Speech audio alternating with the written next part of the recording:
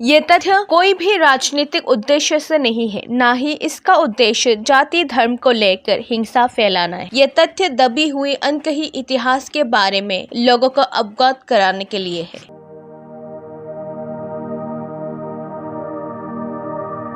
त्रिपुरा का खोया हुआ दिल दहलाने वाला इतिहास, जिसे बताने और पूछने में भी लोगों के बीच दर्द दिखाई देता है। त्रिपुरा के महाराज वीर विक्रम किशोर माणिक्य ने सन 1931 को कुल 2170 वर्ग मील जमीन त्रिपुरियों के लिए रिजर्व घोषणा किए थे। विशेष रूप से वो जमीन खास और पारित थे। महाराज के देहांत के कुछ साल बाद 14 अगस्त 1948 में तत्कालीन माता महारानी कंचन प्रभा देवी ने पूर्व पाकिस्तान के रिफ्यूजियों के पुनर्वासन के लिए 300 वर्ग मील जमीन को अनरिजर्व किया। तब विदेशी एबी चटर्जी त्रिपुरा के प्रधान प्रशासक बने बैठे थे और महारानी कंचन प्रभा देवी जी को सिर्फ नाम के रीजन बना के रखा गया था। त्रिपुरा के महारानी ने केवल 300 वर्ग मील जमीन को अनरिजर्व किया था, लेकिन एबी चटर्जी ने इस तरह से मैप को तैयार किया कि व्यावहारिक रूप से एक बारीक क्षेत्र को अनरिजर्व कर दिया गया था। इसके खिलाफ विरोध प्रदर्शन और लोकतांत्रिक शासन की शुरुआत और एबी चटर्जी को हटाने की मांग उठी श्री अघोर देबबर्मा के नेतृत्व पे त्रिपुरा राज्य गणमुक्ति परिषद के द्वारा। तब 50,000 लोग विरोध की रैली में शामिल थे। उमाकांत एकेडमी पे इसे लेकर मीटिंग भी किया गया था। 1947 को अगरतला में धारा 144 लागू था और श्री अघोर देबबर्मा के नाम पर गिरफ्तारी का वारंट भी लागू था। जब 14 अक्टूबर 1949 को त्रिपुरा भारतीय संघ में शामिल हो गया तो राज्य में मुख्य आयुक्त यानी कि चीफ कमिश्नर का शासन शुरू हो गया था और तत्कालीन विदेशी नौकरशाहों की स्थापना भी शुरू हो गई थी। दूसरी ओर राज्य के बाहर के बंगाली स्थानीय कांग्रेस नेतृत्व के मिली भगत से त्रिपुरी लोगों को बहुसंख्यक से अल्पसंख्यक बनाने की साजिश में शामिल थे। तत्कालीन डीएम रंजीत घोष की भूमिका विशेष रूप से महत्वपूर्ण था कम्युनिस्ट विनाश के नाम पे त्रिपुरी लोगों के हत्याओं पर। त्रिपुरी लोगों को विभिन्न झूठे मामलों में फंसाया जाता था और राज्य में त्रिपुरियों के शारीरिक उत्पीड़न से छुटकारा पाने की उम्मीद में पुलिस को स्वतंत्र रूप से त्रिपुरियों को लूटने की अनुमति दी जाती थी। पीड़ितों को स्वयं पता है कि त्रिपुरियों से कितना पैसा वसूला गया है। ये कहना संभव नहीं है कि एक सामान्य आरोपी को जमानत पाने के लिए कितना पैसा देना पड़ता था। परिणाम स्वरूप कोई उदाहरण दिए जा सकते हैं कि कितने त्रिपुरी परिवारों ने अपना सामान बेचा है, जमीन जायदाद, मवेशी और बछड़े बेचे हैं। सस्ते दौर पर त्रिपुरियों के जमीन को बंगालियों पर हस्तांतर करना पड़ा। त्रिपुरा के प्रशासनिक अधिकारियों द्वारा अच्छी तरह से नियोजित एक साजिश था त्रिपुरियों को आर्थिक रूप से झटका देना। त्रिपुरी लोगों के कब्जे में बहुत सारा जमीन था जिसे शरणार्थी पुनर्वास के नाम पर आबाद किया गया यानी कि अनरिजर्व किया गया था और उन त्रिपुरियों को अपनी जमीनों वाले इलाके से निकाला गया था। त्रिपुरा में पूर्व पाकिस्तान से विदेशी शरणार्थियों का प्रवेश होते ही उन्हें सभी तरह से सुविधाएं मिलना शुरू हो गया, क्योंकि त्रिपुरा की प्रशासनिक शक्ति पूरी तरह से उनकी ओर से थी। समग्र प्रशासन में उनके रिश्तेदार या तत्कालीन पूर्वी बंगाल के नौकरशाह द्वारा कार्य किया जाता था। जब कुछ मामलों में त्रिपुरी द्वारा उन्हें जबरन भूमि पर कब्जा जमाने से रोका जाता था तो कांग्रेस नेतृत्व पुलिस के साथ मिलकर त्रिपुरियों पर हमला करते थे। क्वाई डिवीजन में कृष्णनपुर, घिलातली, शांतिनगर, आखराबारी और लक्ष्मी नारायणपुर जैसे त्रिपुरी उच्छेद इन सब बातों के सबूत हैं।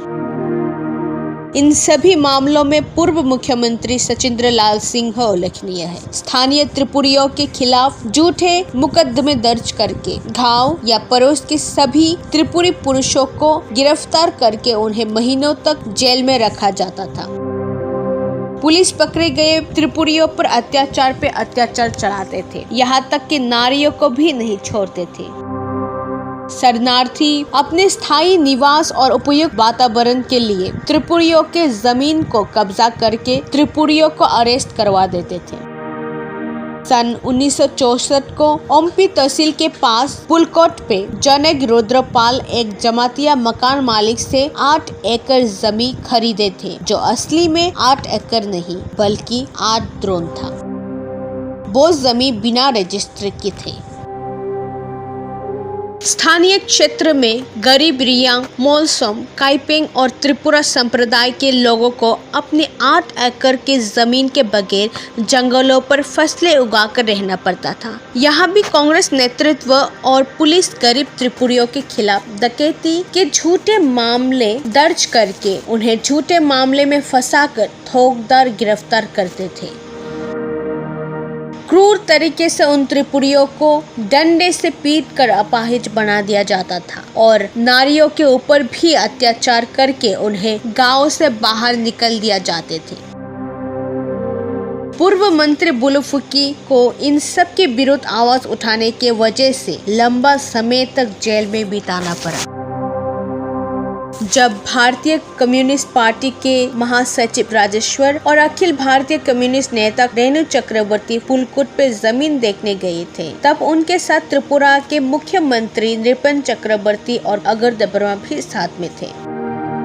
अगर देबर्मा ने इस मामले में पहल की थी और रेणु चक्रवर्ती राजेश्वर ने केंद्रीय सरकार की दृष्टि को आकर्षण किया था। तब कमिश्नर ए.के. चंद ने इस मामले में जांच की और उनका विचार त्रिपुरियों के प्रतीक था। यहाँ तक कि उदयपुर विभाग के जुनाल एसडीओ ही त्रिपुरियों के तरफ थे। लेकिन तत्कालीन मुख्यमंत्री सचिंद्र लाल सिंह की साजिश में सब कुछ नजरअंदाज कर दिया गया। जब त्रिपुरी लोग लंबे समय तक नजरबंदी के बाद अपने इलाके पहुंचा, तब उन्हें अपना घर ही देखने को नहीं मिला। वहाँ नए लोग और नए घर था। फिर जब उन्होंने अपना परिवारों को ढूंढ के बरमूरा 18 मूरा जूम करके जीवित बनाने की उम्मीद लगाई और उन्होंने वहाँ पर रहना शुरू किया, तब वहाँ भी जूम करना निषिद्ध कर दिया गया और बहुत सारे तरीके से उन पर जुल्म किया गया। सर्वे सेटलमेंट ऑपरेशन के वक्त राज्य सरकार ने षड्यंत्र करके प्रचलित सभी नियम कानून तोड़कर बहुत सी त्रिपुरियों के 16 या 17 साल से दखल किया हुआ जमीन को गैर कानूनी तरीके से बंगालियों के नाम कर दिया था। इसी तरह बहुत सारा जमीन को हड़प लिया गया था। उनमें से एक घटना है विलोनिया के बाईखोरा गांव का निवासी सचिंद्र मोहन त्रिपुरा का, जिनका 16 साल पुराना 3 एकड़ जमीन को सेटलमेंट ऑपरेशन के दौरान श्रीदाम नोमो द्विजेंद्र नोमो के नाम पे रिकॉर्ड कर दिया गया था। इस दौरान राज्य सरकार ने महाराज वीर विक्रम किशोर माणिक्य द्वारा रिजर्व किया जमीनों पे बांग्लादेशियों के पुनर्वासन के लिए और जानबूझकर रिजर्वेशन को तोड़ने के लिए बांग्लादेशियों के नाम को रिकॉर्ड करने के बंदोबस्त की थी। तत्कालीन सीएम सचिंद्र लाल सिंह त्रिपुरियों के मातृभाषा कोकबोरो को निंदा करता था, जिसलिए उन्हें नौकरी नहीं दिया जाता था। इसलिए ट्राइबल वेलफेयर डिपार्टमेंट में एक भी त्रिपुरी नहीं था। त्रिपुरियों के शिक्षा को भ्रष्टाचार और नजरअंदाज करना सब त्रिपुरियों को दुनिया से विलुप्त करने का एक षड्यंत्र था। त्रिपुरी लोग इन सब कारणों से शिक्षित हो या अशिक्षित, सब लोग स्वाधीन भारत का स्वाधीन नागरिक है, इस बात को भी भूल चुके थे।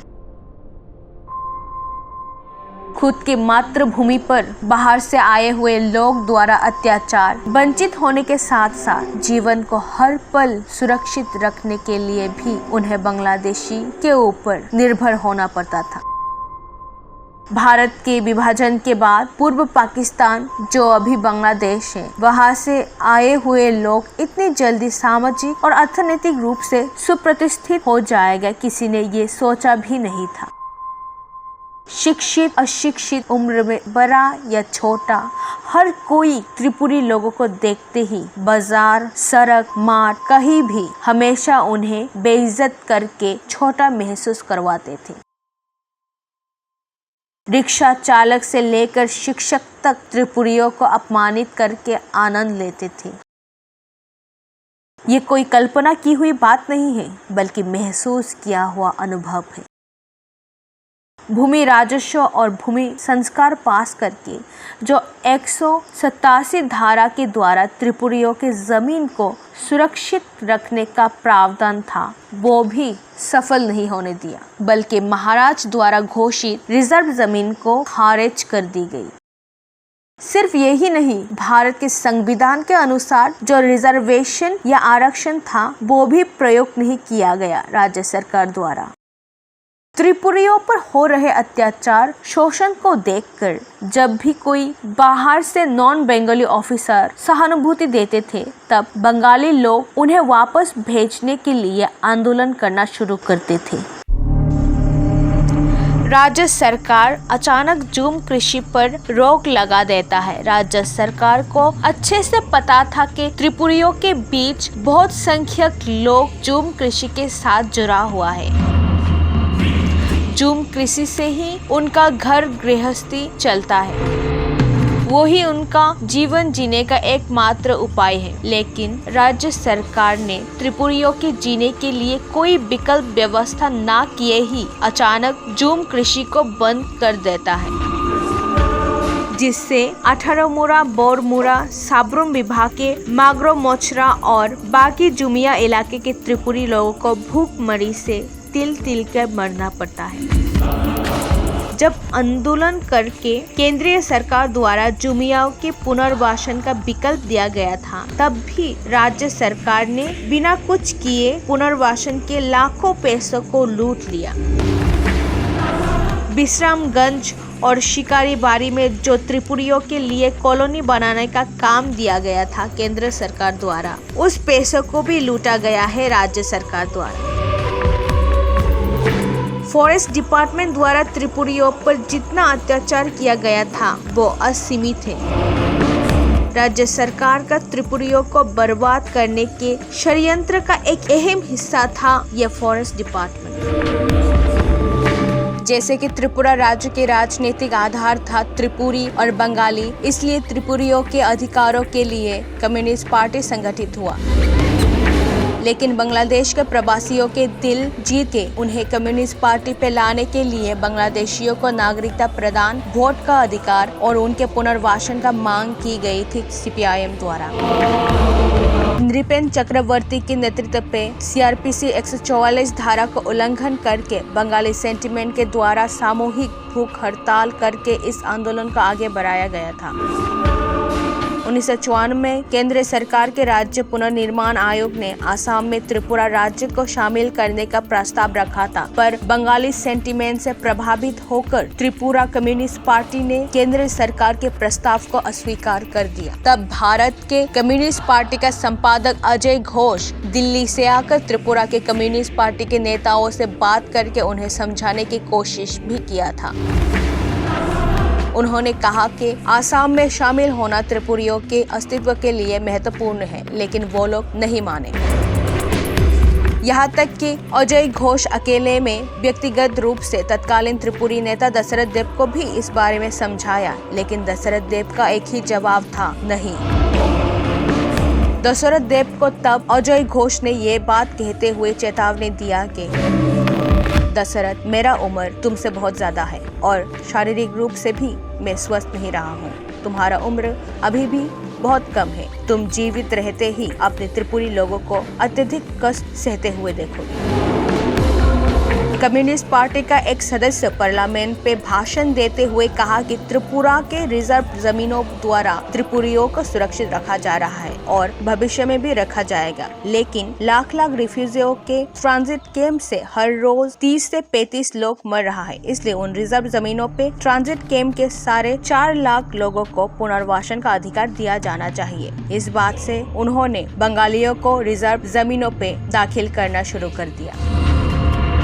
रायमा साइमा इलाके के रिजर्व जमीन को उल्लंघन करके आधा जमीन त्रिपुरी और आधा बंगालियों को दिया गया था, लेकिन त्रिपुरियों को दिया गया आधा जमीन सिर्फ नाम का आधा था, क्योंकि असल में सुरक्षित जमीन बंगाली रिफ्यूजी के हाथ चला गया था। त्रिपुरियों के हाथ पे रह गया था सिर्फ बंजर और पहाड़ टीले का जमीन, वो भी कहीं पर फॉल्स मैप दिखाकर पैसे लूट लिए थे। कम्युनिस्ट पार्टी को इन सब बातों के बारे में पता था, पुनर्वासन किसके लिए था वो भी पता था। त्रिपुरा कांग्रेस के नेतृत्व पे भी त्रिपुरी लोगों को कम संख्या में परिवर्तित कर दिया गया था। त्रिपुरी लोगों को वंचित और उपेक्षित अवस्था में रहना पड़ा। यही कारण था जिस वजह से बहुत से शिक्षित त्रिपुरी लोग भ्रमित, अधीर और असहनशील होकर अपने लोगों के अस्तित्व रक्षा करने के लिए बोरोक आर्मी में क्रांतिकारी के रूप में शामिल हो गया।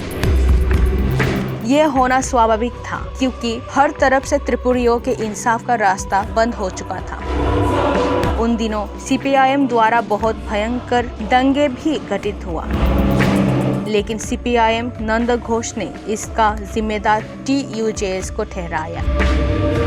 यहाँ तक के दैनिक संबाद अखबार में भी त्रिपुरियों के खिलाफ बहुत सी झूठी बातें लिखा गया था। TUJS का विदेशी वितरण प्रस्ताव सरकार को देने के बाद बंगालियों ने गुलिराय बाजार, ढलक, थेलाकुंग बाजार जैसे जगह पर आक्रमण करके नरसंहार यानी बहुत से त्रिपुरी लोगों का कत्ल कर दिया। लेकिन ये दोष भी TUJS को दिया गया था। त्रिपुरियों को दोष दिया गया कि वो लोग बंगालियों की हत्या कर रहे हैं। अगर ये बात सच होता तो अगरतला पे आज कोई भी बंगाली जिंदा नहीं होता। उस समय 7 जून को जब शिक्षा मंत्री द्वारा अगरतला में शांति के लिए मीटिंग बुलाया गया था, तब बुद्ध देबबर्मा, श्यामाचरण त्रिपुरा, द्रो रियांग और नगेंद्र जमातिया भी उपस्थित थे। ये तथ्य 7 नवंबर 1981 में प्रकाशित किताब त्रिपुरा दंगा से लिया गया है, जिसका लेखक है अघोर देबबर्मा। इस किताब के सभी पन्ने तत्कालीन सीनियर एडवोकेट बीरचंद्र देबबर्मा द्वारा जांच किया गया है। इस किताब को भारत के सबसे ज्यादा प्रकाशित मुंबई के दैनिक अंग्रेजी पत्रिका द हिंदू में भी प्रकाशित किया गया था।